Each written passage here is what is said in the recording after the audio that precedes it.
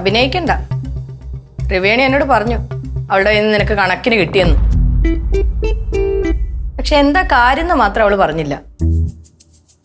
ഇതിന് മാത്രം നീ എന്താ അടി ഒപ്പിച്ചത്? എന്താ നീ അവളോട് പറഞ്ഞത്? ഞാനൊന്നും പറഞ്ഞില്ല ഏട്ടത്തി. കുറച്ചു നേരം കൂടി കഴിഞ്ഞിരുന്നെങ്കിലേ ഞാൻ തട്ടിപ്പോയേനെ. അങ്ങനെ എന്തെങ്കിലും സംഭവിച്ചിരുന്നെങ്കിൽ നിങ്ങളുടെ അനിയത്തി ജയിലിൽ കിടന്നേനെ. അത്രേ ഉള്ളൂ. ഞാൻ നിന്നോടൊരു കാര്യം പറയാം. എന്നോട് കളിക്കുന്ന പോലെ അല്ല അവളോട് കളിക്കുന്നത്. എനിക്ക് കരാട്ട മാത്രമേ അറിയുള്ളൂ.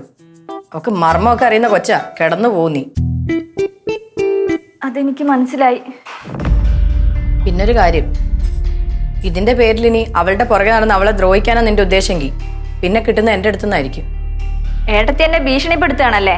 ആണെങ്കിൽ എന്നാ ഞാൻ വേറൊരു കാര്യം പറയാം. ത്രിവേണി എന്നെ കൈവച്ച വിഷയം ഏട്ടത്തിയും ത്രിവേണിയും പിന്നെ ഞാനും അല്ലാതെ നാലാമതൊരാൾ അറിയരുത്.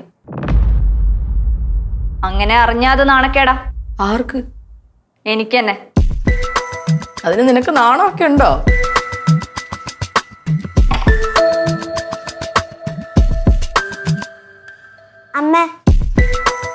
അമ്മ പറഞ്ഞ സാധനമൊന്നും കിട്ടിയില്ല. മിക്സി കിട്ടി, മതിയോ? എടി നിനക്ക് എന്താ പറ്റിയേ? ആദ്യം അത് പറയും. എന്താ പ്രകാശ? എനിക്കറിയില്ല ഏട്ടത്തി. കഴുത്ത് ഒളിക്കുന്ന മുറിവെണ്ണ വേണോന്നാ. എങ്ങനെ പറ്റിയെന്ന് ചോദിച്ചിട്ട് പറയല്ല.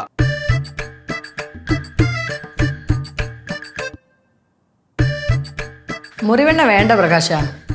നല്ല പിണ്ണതൈലം കിട്ടും. അത് വാങ്ങിച്ചു കൊടുക്കും നിന്റെ കെട്ടിയൊക്കെ. പിന്നതായില്ലോ? അതെന്താ വാണിയമ്മ? അതെ, ഈ വേദനയ്ക്ക് ഉളുക്കിനൊക്കെ നല്ലതാ. അത് വാങ്ങിച്ചു കൊടുക്കടാ. ഇത് വല്ലാത്തൊരു ഉളുക്കായി പോയി.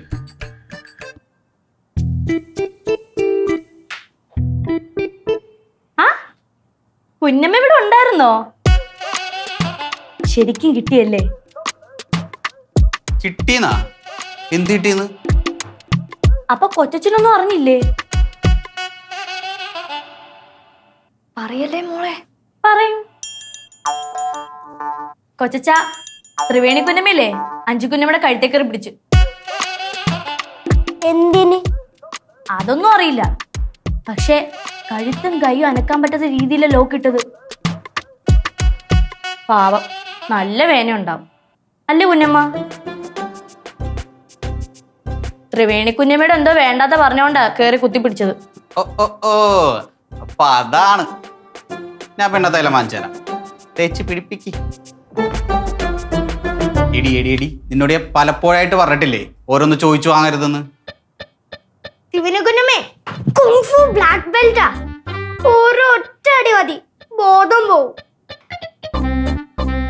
ഇതറിയാൻ ഇനി ആരെങ്കിലും ബാക്കിയുണ്ടാ? ഇതിപ്പോ എല്ലാരും അറിഞ്ഞില്ലേ? പ്രകാശ, ആ തൈലം വാങ്ങിച്ചു കൊടുത്തേക്ക്. ഇതേപോലത്തെ തല്ലുള്ളി അമ്മേനാണല്ലോ ദൈവം എനിക്ക് കിട്ടിയത്.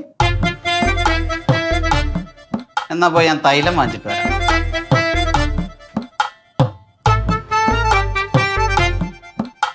ഏട്ടത്തി, ത്രിവേണിയോട് പറയണം എന്നെ ഇനി ഉപദ്രവിക്കരുത്. ഞാനൊന്നില്ലെങ്കിലും അവളെക്കാൾ മൂത്തതല്ലേ?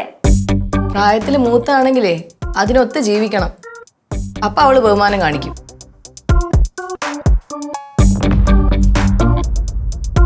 എടി, നീ ഇനി അഞ്ജുനോട് ഇങ്ങനെയൊന്നും കാണിക്കരുത്. ഒന്നുമില്ലെങ്കിൽ അവള് നിന്നെക്കാൾ പ്രായത്തിൽ മൂത്തതല്ലേ? ഞാൻ ശ്രമിക്കാം ചേച്ചി. നടപ്പും സ്വഭാവമൊക്കെ നേരായാലേ ഞാൻ ബഹുമാനിക്കാം. ഇല്ലെങ്കിൽ ജീവിതകാലം മുഴുവൻ ഒരു സൈഡിലേക്ക് ചെരിഞ്ഞിരിക്കേണ്ടി വരും.